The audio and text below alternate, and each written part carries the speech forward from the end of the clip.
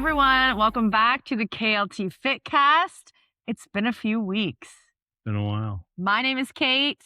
I am a certified personal trainer, nutrition coach who lost over 150 pounds with health and exercise. And go ahead. Go ahead. Oh, that was rough. I apologize ahead of time. You have to introduce yourself. I'm Josh. I'm apologizing now. I have a stuffed up nose and I'm kind of dealing with a bit of a cold. Can't catch a cold through a podcast. So you're I was all going to safe. say, like, the hustle is real. The podcast goes on. Yeah. Here we are. Yeah. We're going to go back. This is the podcast where we answer and ask and answer. Holy shit. This is right. Ask and answer the tough questions and give you real life tools that you can implement as soon as you are finished watching or listening. Why were we away for a few weeks? Not away, but away from the podcast. We pre-recorded the last three or four episodes because we had some visitors here from England. So we spent the last 2 weekends playing tourists in our own area. Yeah, it was fun. Yeah, it was lovely. Our routine was off for sure. It was so nice to have them here and be able to kind of show and have a little bit of a break. Like, I guess it was a vacation, but we were like not far away. Yeah. Well, I mean, like a few hours away here and there. Yeah. But our routine was off. I feel like our sleep patterns were off. Our nutrition was off. Oh, I ate like a trash panda for 10 days. I managed to move my body. You took some time off of the gym, which is totally fine. Came back right the next day after they left. Yeah. So also, I don't know if you guys can notice, but I can sure as hell notice.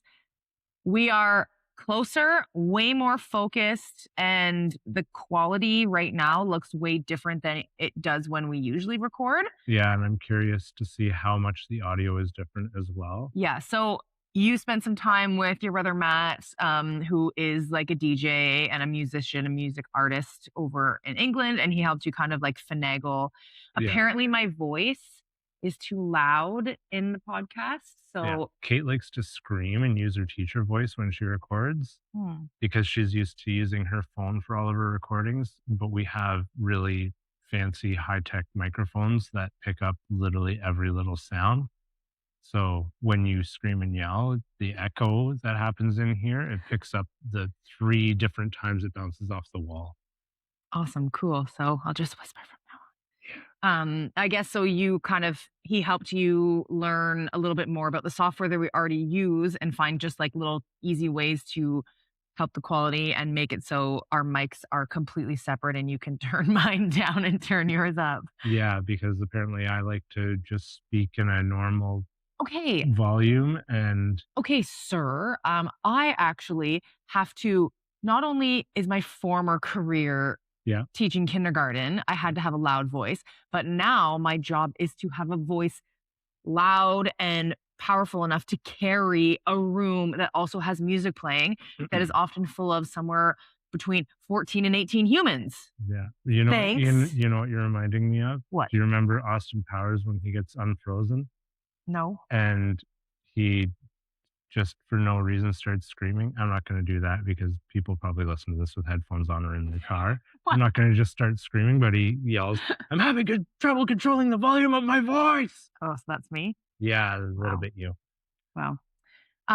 Anyway, so we haven't recorded in a few weeks. That intro definitely felt rusty. We also already know that we're not going to have, so this podcast will come out on a Monday. The following Monday after you are watching this one, we actually won't have a podcast. No. We're going, again, out of town to celebrate someone's birthday. You had a birthday last week, and I'm 29. It's unbelievable. Yeah, right. You're actually... No, don't be telling people. Big 4-0 is coming next year. Now that I can mute your audio only. You better not.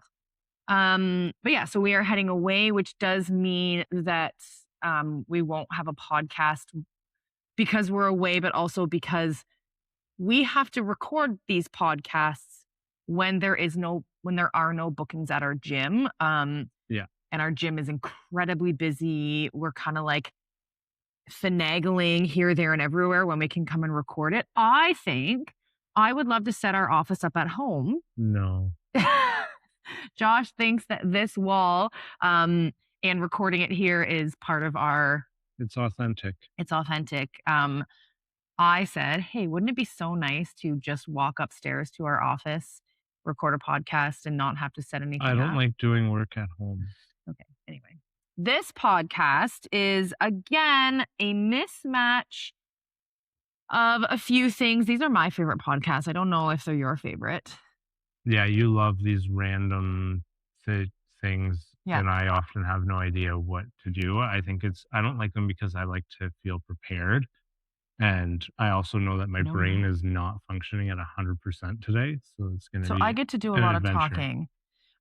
So I do have a couple of things that I want you to talk about with respect to your work in social work, mental health,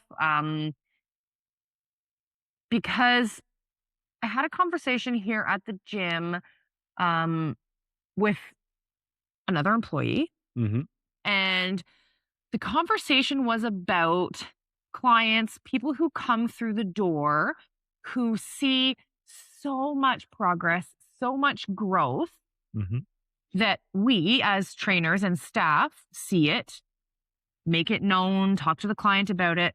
That client also sees and feels really good. It's always positive.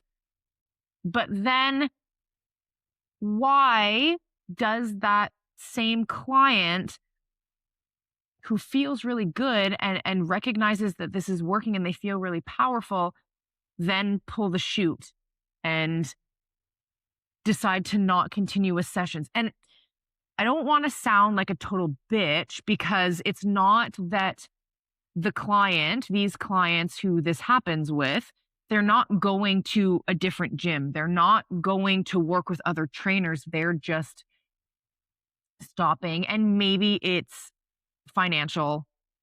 Who knows? It is an added cost to come, especially for personal training. Yeah. Yeah, it's not cheap. But yeah, can you talk about that? And then. Yeah, I think this is one of those things where I don't know that there is a clear cut answer. And I think that is something that drives you a little bit crazy. Just in terms of, you like things to be a bit more black and white, yes or no. I guess I just want to talk about how, like, what happens in people's minds and brains and mindset that has them recognizing how good they feel and how much progress they've made. And it's almost like that can sometimes make them not want to continue. Yeah, I think that kind of goes back to when we were talking about like the self-sabotaging stuff. And it goes back to some of the other themes that we've had in other podcasts where I talk about when people just sort of fall off. It's really common for people, just generally, when they do something and start to feel good from doing it, to think that the problem's solved. I don't have to do this anymore.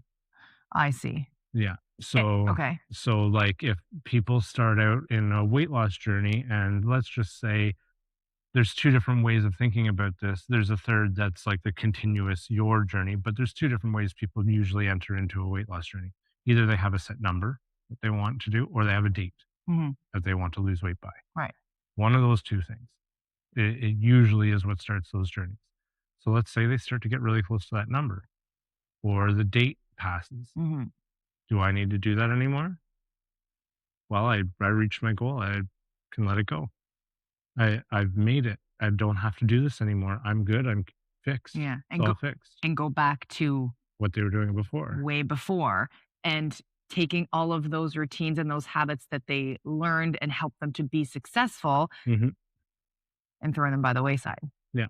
And then that's when I would say a person never changed their mindset into one of, this is a sustainable lifestyle that I'm going to continue forever. It was always, this is a diet that that has an end. It's a temporary thing. Yeah. And I can talk about how this happens in all kinds of different ways when we talk about health overall, not just mental health, but health. If we A lot of medical model stuff is, you have an illness, you take a medicine until your symptoms go away, and then you don't have to And then you take that stop taking medicine. that medicine. But the reality is, when it comes to this kind of lifestyle stuff or mental health stuff, that is just not true. If you need a medicine for your mental health, it means you need that medicine forever. Yeah. I often find myself comparing it to something like diabetes. If you need insulin, you can't just decide one day, I don't need insulin anymore. Mm-hmm. You have to keep taking it. Mm-hmm. Your body needs it in order to be able to function. And it's the same with mental health. And it's the same when you make a lifestyle change. Your body needs you to continue to do it forever. It's not a negotiable where, you know what, I was 300 pounds, now I'm 150 pounds, and I'm just going to return to all the things that were unhelpful Right. before Yeah. and watch me get back to Right. 300 pounds You way can't faster. expect yourself to go back to those old habits, the 300-pound habits, but maintain a 150-pound human. Exactly. Sorry. And like, I'll even link it to like my mental health journey. I take ADHD medicine. If I don't take that medicine for a couple of days, all of my symptoms come roaring back. Mhm. It's not like I'm cured of ADHD because I've been taking this medicine. No, it's still there. It's just the medicine makes it easier for me to do the therapies that I know how to do. It Mhm. makes it easier for me to challenge my intrusive thoughts. It makes me able to prioritize things. It lets me filter out the noise in the day. Mhm. So I think with that um, comes sometimes the difficult conversations that are required from me and us in this kind of a situation. We've been very, very, very lucky Yep. to not have, I would go as so far as to say, any turnover. I would say it's less than 1%. Yeah, of turnover with, and maybe we need to talk specifically about PT. I think even like, Whole thing. Okay. if you So looked at the whole thing and you took a 1 year sample, we have less than 1% of people that leave over a year. So we often kind of joke that it's a really great problem for us to have, but it Mhm. sucks for anyone who's trying to get in because their name goes on a wait list. Yeah.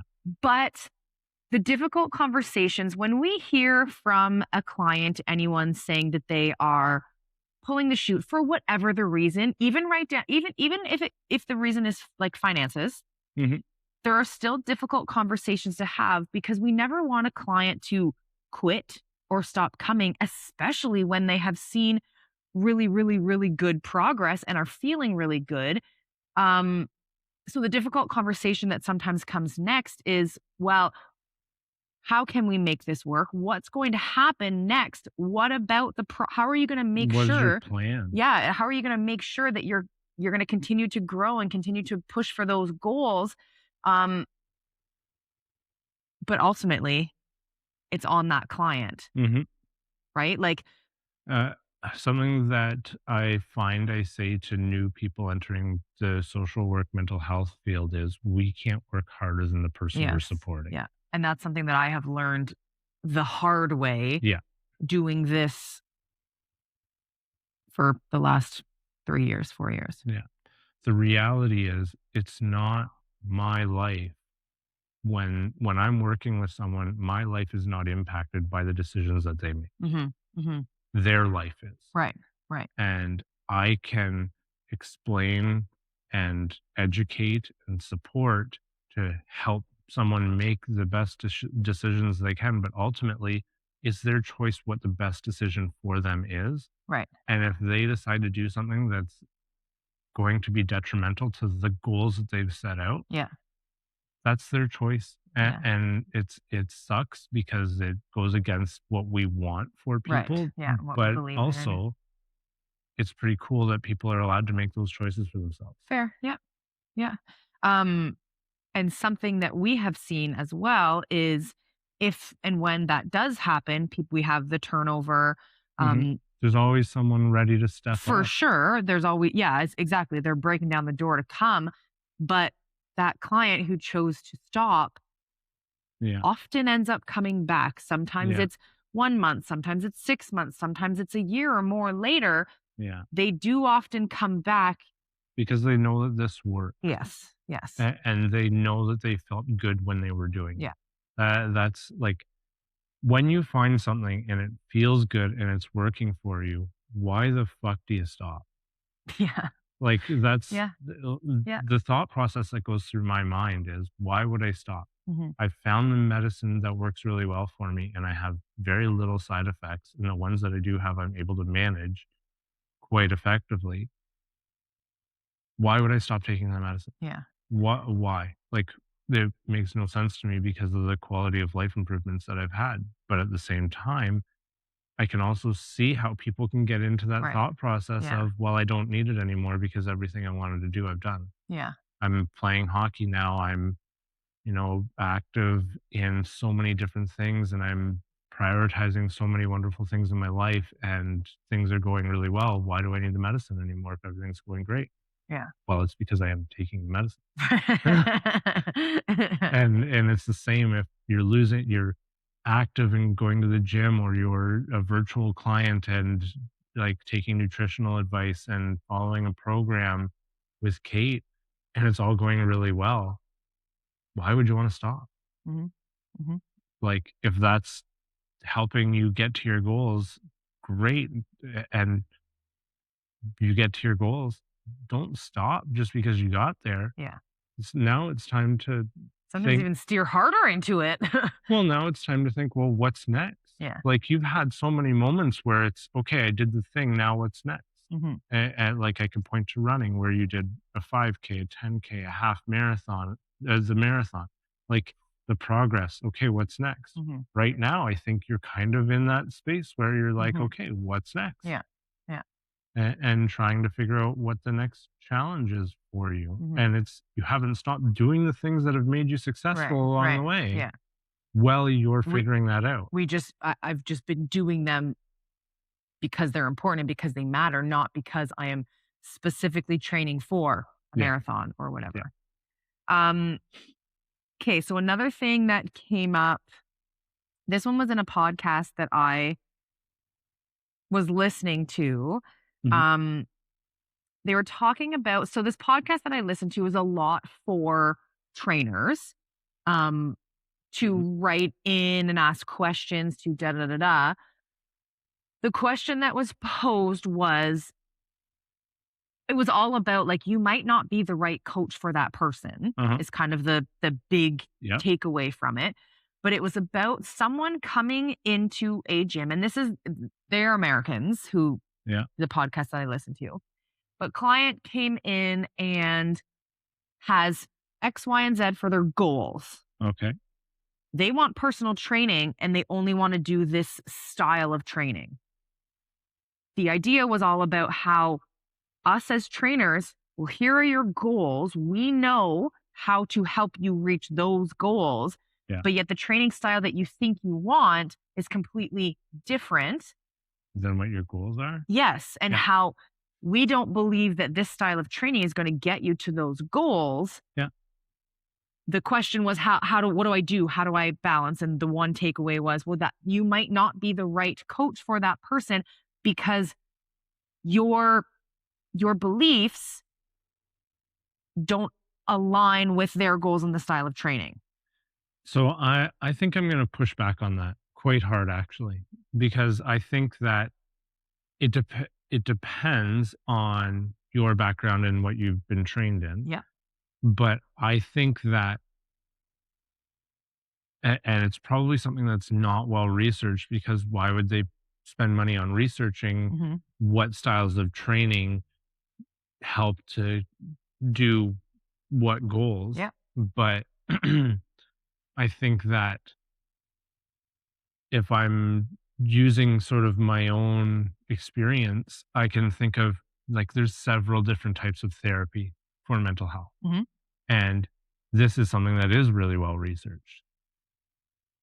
There are certain therapies that are indicated more strongly for certain mental health diagnoses. Okay. Yeah. So those types of therapies if someone were to come to me and say, my mental health diagnosis is X, and the therapy I want is therapy Q, and I'm looking at the therapy and I'm looking at the client and I'm going, you know what? This is not a match. This is not going to help you get to your goals. I would be having that conversation. For sure. And I would be Absolutely. explaining why. Yes. That's not pushback. That's not pushing back. That's exactly where I'm going. Yeah, I would be explaining why it's not the right therapy. And then I would explain what the right therapy Yes. is based on Absolutely. what they're seeking. Transfer that exactly to exercise. Yes. That's exactly what I'm thinking about. And what I'm saying is probably not super well researched with exercise, but it really is with mental health stuff. Right. Like, we know what therapies work Yes. based on what the symptoms are. Yeah. It got me thinking about a certain level of enjoyment is important, especially when it comes to workouts and training. So why would the coach, the trainer who sent this question, not be kind of thinking about both? Here are your goals. Here is the type of training that is going to be required for you to reach those goals. But if you really like to do this style of training, let's blend that in a little bit. Maybe it's at the beginning or at the end, or dabble into it because that's what that client wants. That is our job as trainers, to give people the best experience. I would be asking why they want that style of training. Chances are it's probably something they saw online. Exactly. So chances are they haven't actually experienced it. Yeah. And that would be something that I would push back on. Maybe you've tried a class or seen this on TikTok or some kind of social media, or a friend has done it. Or is it something that if you're not air quotes? Yes. Oh yeah, air quotes. Should I just say that? Yeah. Air quotes. Or it's worked in the past, so it's bound to work again. But if you're back to square one, it didn't work in the past. Exactly. We've established this already. Exactly. In a bunch of other podcasts. Chances are 3 years have passed since you tried it the last time. You're also not that human anymore. Yeah. And there was a reason why you stopped. Do you actually enjoy what you were doing? Right. Because you stopped doing it. Right. So maybe you didn't enjoy it at all. Yeah. And I think that these are all important conversations to have when someone is dipping their feet back in and trying to figure out what the plan's going to be. And for me, irrelevant of what someone walks in thinking that they want, my ultimate thought is, what are your goals? Right. What is it that you are seeking to accomplish? I have a question for you. Yeah.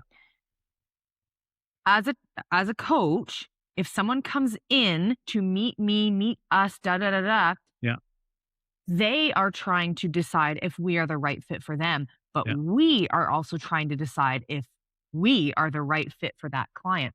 In your job, do you have that, I don't want to call it a luxury, but do you have the ability to say to a client, I'm not the right fit for you?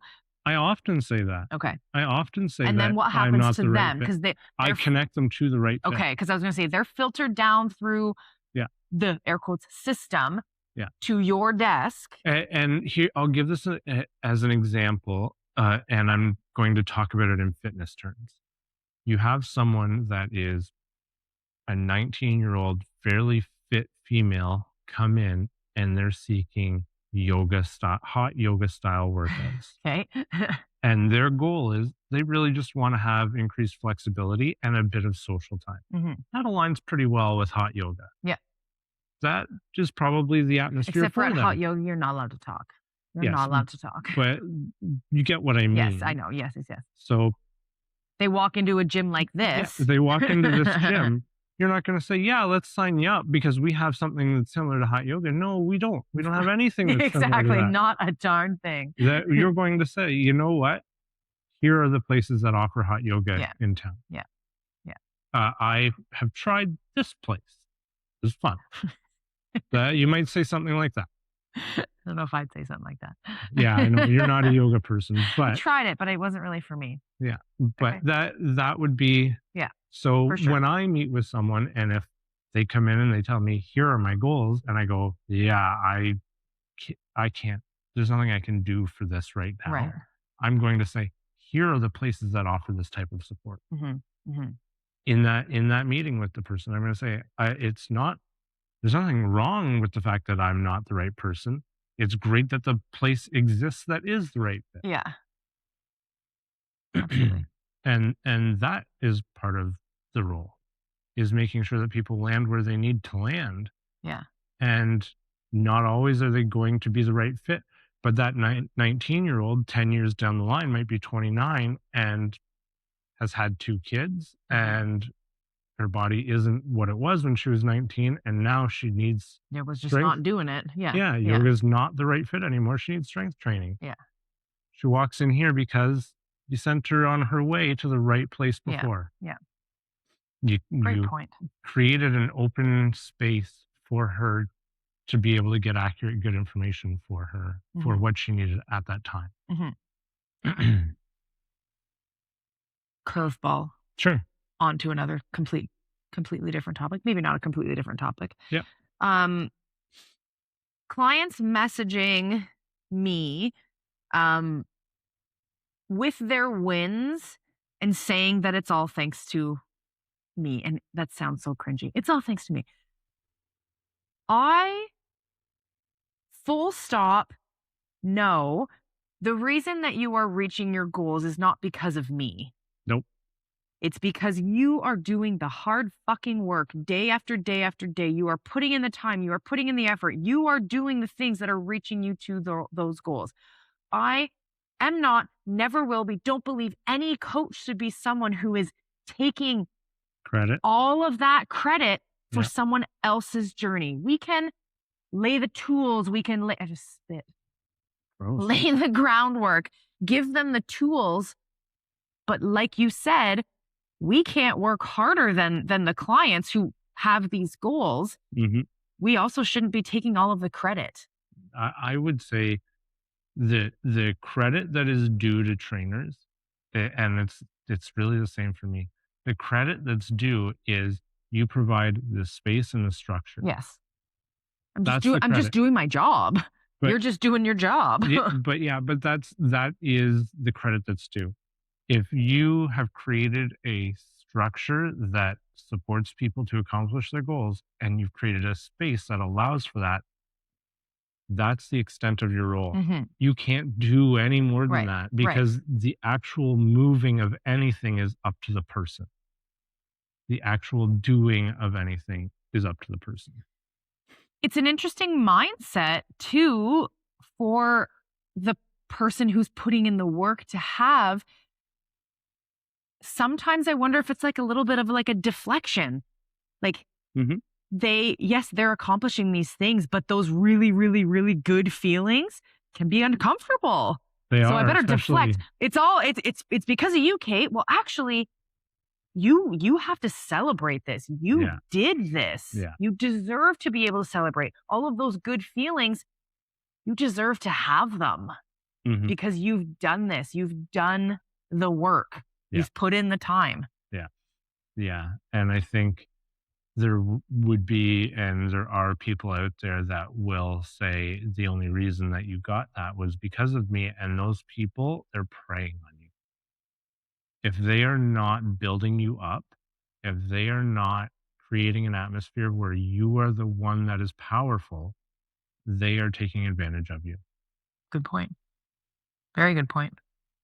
Because you should get credit for the hard work that you do for yourself.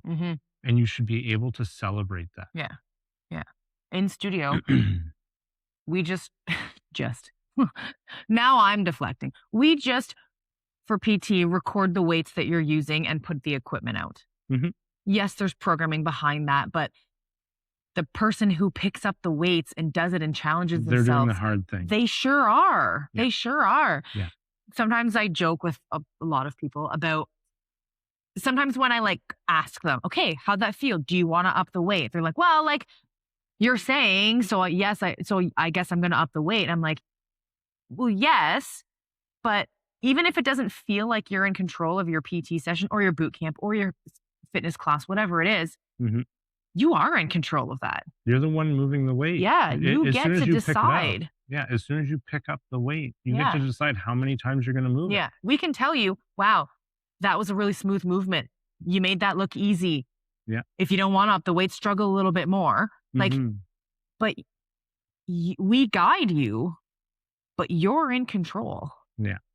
And that would be how that relationship should be. Yeah. That's how you empower people. Yeah. That's how you allow people to take control of their own progress. Even right down to the goals of that individual client. I'm thinking about a client that I have, and I know she watches this. There was a long time where we were focusing always on adding more weight. And she was moving around very, very heavy things, especially the leg press. And then we talked, we reflected, like moving forward, how's your body feeling? All of that. Guess what? We decided to take some weight off and work on other things. Cool. So instead, so for that client, shifted. For sure. And we pivoted that. But for that client, I no longer, when I wrote out her workout, did I write the weight we did last time? I know the weights that we've done in the past, but that number wasn't the focus anymore. Yeah. Instead, we've been working on reps and making sure the depth is there and a lot of other things. So you're improving range of motion, improving function, improving stamina. Yeah, like it's just a shift in goals from power to... And she's still doing all of that work and putting all of that effort in, and it still freaking counts. And it does. Yeah. Anyway, that was something that... Yeah, I think something that I notice for people when you talk to me about the different things happening with your clients, I think that there are a lot of times when people discount positives, like discount their wins. Yeah. And I see you catch them in that often and pause and allow... You're reminding me of Lori right now. Moment of celebration. Oh, am I? When she used to say to me, now, Kate, I'm going to give you a compliment and you're not going to diminish it. You're not going to downplay it. You're going to own it. I'm like, oh gosh, it's really sad that you have to prepare me to pay a compliment, but it's the same kind of thing, right? It is. Yeah, it is. Yeah. Okay. Anything else you want to add to that topic? I have a couple more. Think so. Go ahead. A quote, and we've talked about it many times, but it was said in a way that I was like, oh, yeah. The best way to quit is to have an all or nothing attitude. Oh, man. I think I talk about an all or nothing attitude all the time on this podcast. How that can be the recipe for disaster in anything in life. It makes me think about things like 75 hard. P90X. Did you have a P90X era? I have no idea what that is. Okay, you did not have a P90X era. So like 75 hard is 75 days. P90X is 90. Or if you do something like 100 days, I'm going to do 100 squats, or 100 blah, blah, blah, I'm going to do whatever. Oh, that reminds me of the push-up challenge I did. Yes, last year. Exactly. Oh my God, that thing almost killed me. The point of those things is to have an all or nothing attitude. Yes. And then if you're doing 75 hard at day 34, you completely shit the bed. It's all out the window. It's all out the window completely. And you have to, chances are, throw in the towel and say, fuck it, or start back at day one. Either one of those options really, really, really suck. Yeah, that reminds me of how like AA, Alcoholics Anonymous, works with their step system, and you get your chip, and if you have a relapse, you go back to your day one. Do you have to give the chip back? Yeah. Oh. And how research shows that really doesn't actually work for people. Yeah. And I know it's a hot topic, but how the harm reduction model and treating relapses not as a relapse but as a lapse. Right. So it's a single moment in time versus everything's out the window. Like a long weekend or a vacation in a health and wellness journey. Yeah. You didn't undo all of that hard work that you've put in. It's just a vacation. It's just a long weekend. It was just 10 days. Yeah, you can get back. Oh yeah, it's just 10 days. you can absolutely get back on track. Yeah, for sure. I think, yeah. And to go even further, Same thing goes with like keto. I talked a bit about like some different types of therapies, but one of the mainstream therapies is called cognitive behavioral therapy. And one of the things it teaches is that black and white, all or nothing thinking is an unhelpful thinking style. Yeah. It is actually detrimental to our own wellness and mental health to think in those terms at all ever. Yeah. Absolutely. I've been talking with one of my virtual clients about um an all or nothing mentality because really and truly when we were growing up in the 90s and 2000s, We've learned that. Yeah. we exactly. Yeah. Our brains are mangled Yeah. from that. No wonder we have the all or nothing attitude. She's in therapy for it. Yeah. Yeah. We have all been trained to have this thought process of black and white thinking, all or nothing. And it is detrimental. Yeah. And the reality is the world exists in so many different shades of gray. Like it's not one or the other. Right.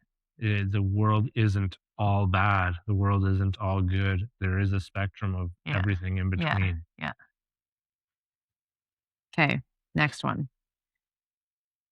Am I wrong, me as in Kate, to firmly believe that everyone can make time to exercise? I think that you're not wrong in saying that, but I would say everyone can make time to do things that will help them be well. Okay. Doesn't necessarily have to be exercise. Okay. I would say everyone probably should exercise. Yep. Especially if you work a desk job or have a fairly sedentary life. Or if you're over 30. Sure. But I think that to blanket statement, everyone has to exercise, like Has to? No. Should? Yes. If they want to, they can make the time to do it. yes. And that's more of what I'm trying to say is if there are things that can make you well, whatever they might be, everyone can find that time. Nobody is too busy. And if you feel like you're too tired to do it, the problem isn't that you don't have the time. It is that you've convinced yourself that you're too tired. Right. Exactly. Yes. And granted, again, we've talked about it endlessly on this podcast. I am not naive to the fact that we don't have children living in our home. We don't have tiny humans to run around and play sports. We don't have da da da da da da da da. I'm not going on my rant. But even if we did, we would still make the time because we know that it matters. Yep. Something that I think a lot of people could maybe reframe it. It's not that you don't have time to exercise. It's that you don't make the time to exercise and you don't like the idea of what time of day you probably need to exercise. Yeah, it could be you don't like the time of day. You might also struggle with it may impact the other people. Yeah. In terms of, well, if they get to do their thing, you should be able to do yours. Yeah. And there's no way that their thing is every day. Yeah. Yeah. Super cool too. I'm just thinking about this right now. Shout out to the hockey parents who spend endless hours at the arenas, but walk the track. Yeah. Move your body in all of like so many arenas. Yeah. Any relatively newer arena has a track or some way to move your body. Every single game I play at the arena by our house, there's always people walking. Even the arena in Millbrook now has a track or a space or some sort of available space for you to move your body. Your kids are moving the body on the ice. Yeah, it is very much so. You are creating excuses for yourself to not. Yeah. It's just not a priority for you, and that's fine. Yeah. We're not here to judge that, but be honest with yourself and stop saying you don't have the time. Just be honest and say, it's not a priority. Yeah. Yeah. And be okay and be accepting of that. Don't have crazy expectations for your body Yeah. when you're not willing to accept what it's going to take to get that. Yep. Your goals have to align with the effort that you can put forth. Yeah. Okay, I have one more question. Kind of like I don't know, philosophical. Okay. Your brain's not firing, but my brain's just not firing because I forget how to do a podcast. You're also blonde. Oh, did I say that out loud? I'm not. I have highlights. If you look at my roots. Also, something that I've come to know with this podcast, having my hair down is wildly overstimulating. I start every podcast just about with my hair down, and it really starts to bother me, and I have to put it up, and then it starts to fall out. So I have to put it up again. I've done it twice in this podcast, and I'm very aware of it with this better quality staring back at me. Yeah, it's perfect. Okay. What is one gift? We're both going to answer this question. Uh-oh. What is one gift that you have in your career?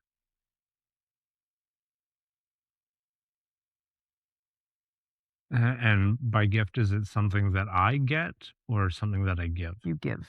Something that I give? You know what? I mean, hey, do you want to do both? I didn't look at it through the other side that you get. I did not look at it as a get. I said you are giving the gift is where my brain went. I think that the gift that I give in what I do is I get to be there when people feel the most lonely, when they feel the most isolated, when they are feeling like they're stranded on an island and no one is around. And the gift that I get is knowing that most of the time I get to be part of a difference. Nice. I feel like I could use those exact same things. Yeah. When it comes to here. Mm-hmm. But the gift that I can give to people that I think sets me and us apart is that I've fucking been there. Yep. I have been at that lowest point. I've been at that heaviest weight and I've bounced back. Yeah. That is, I am probably far more and maybe the most relatable when it comes to that. Yeah. In a coach and a trainer than you could ever find. Mm-hmm. Certainly in our area. Yeah. The gift that I get, I think same as you, is I get to be a part of change. I get to see those same people at their lowest. I get to see that like fire in their eye. I get to see that good feeling come out. I get to be a part of them realizing and seeing just what they're capable of when it comes to exercise, wellness, nutrition. I also think I get to see them leave with a smile on their face when they probably walked in feeling tired, shitty, low, lonely. Yeah. I think the gift that I see you getting is when you have someone that you've worked with for a little while message you and make note of a difference in the way they see themselves, the way they think about themselves, and that shift from negative to positive. Yeah. When I hear you talk about that, that's the gift I hear. I think that's like my why, right? Yeah. Like, Yeah. there's the hustle, there's the long days, long nights, there's the navigating and helping people who sometimes have shitty attitudes. Yeah. But then there's that. Yeah. And being able to be a part of that person's mindset shift is, that's my why. Yeah. That's all I've got. Cool. Do you have anything? No. No. No, I think I want to go back to bed. I do have a topic for the next podcast that I want to, I don't know if we should tease it right now or no. Sure, go ahead. I think it's going to be another one focused on you. Oh dear. Sorry in advance. No, I don't even know how to organize it or how to talk about it, but I want to reflect on childhood. Oh, okay. Because everyone has different upbringings. You had a very different upbringing than I had. Don't make that face. And sometimes that upbringing gets repeated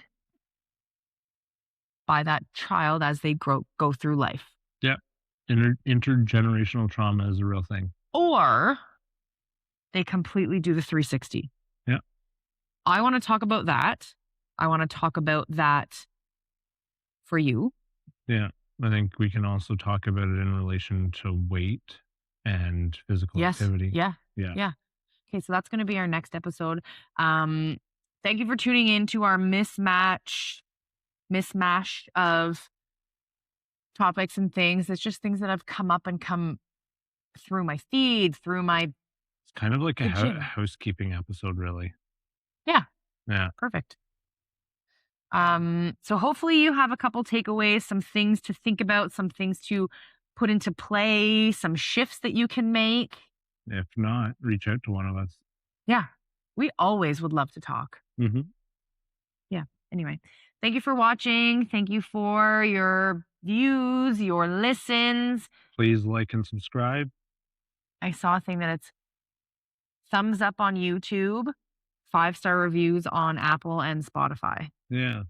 We appreciate them. And topics too, right? If you are someone who wants to come on the podcast, we do have a couple guests lining up for the near future. But if you have anything that you want us to talk about, or if you want to come on and talk about your journey, or your expertise, we would love to have you. Yeah. Or if there are things that you want to know or want us to talk about or talk more about, give our 2 cents on, send us a message. Great job. It's been a while. Bam. Good job.